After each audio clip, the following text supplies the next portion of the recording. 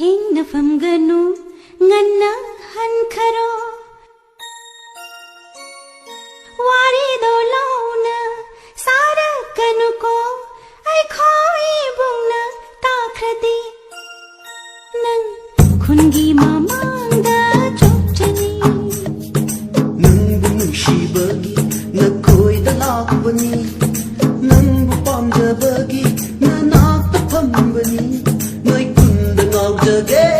na koi kunda si jage noi kunda ngau jage na koi kunda si jage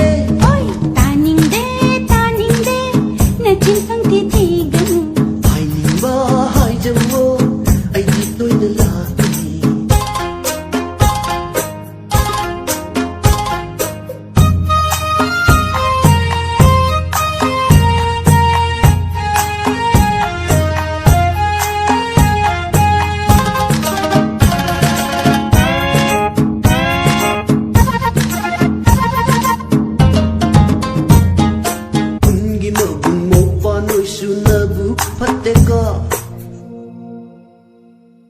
Kungi na bung no pa shing se ma bu phat man de nang bu toy na hang lu ra di mamit het ta lau tho ki nang bu toy na hang lu ra di mamit het ta lau tho ki jing na ri ra khang de ai shi sao ning kre da sai ta ayuk nung thileng te nang de numidang da sulai ayuk nung thileng te nang de numidang da sulai ai hing khoding manglan da sunang tamagoi sauning bana nang se manglan da su chai re ong lang da chai ba du di ikai bi de chai jang na oi taning de na chin pang thi thi ganu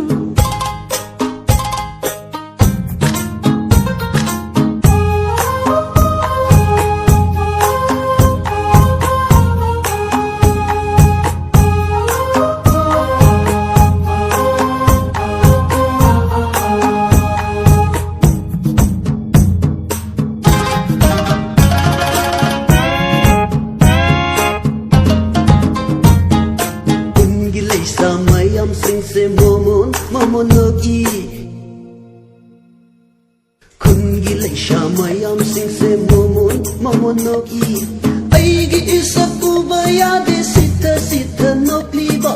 ai gi isak ubaya de sitha nokli ba lakna ri ra khande song in kreda ai di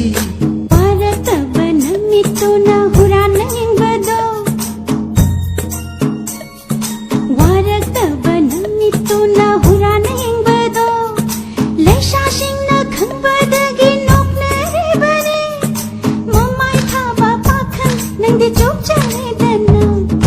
nok ning ba nok chisanu ai di toy na lakani oi taning de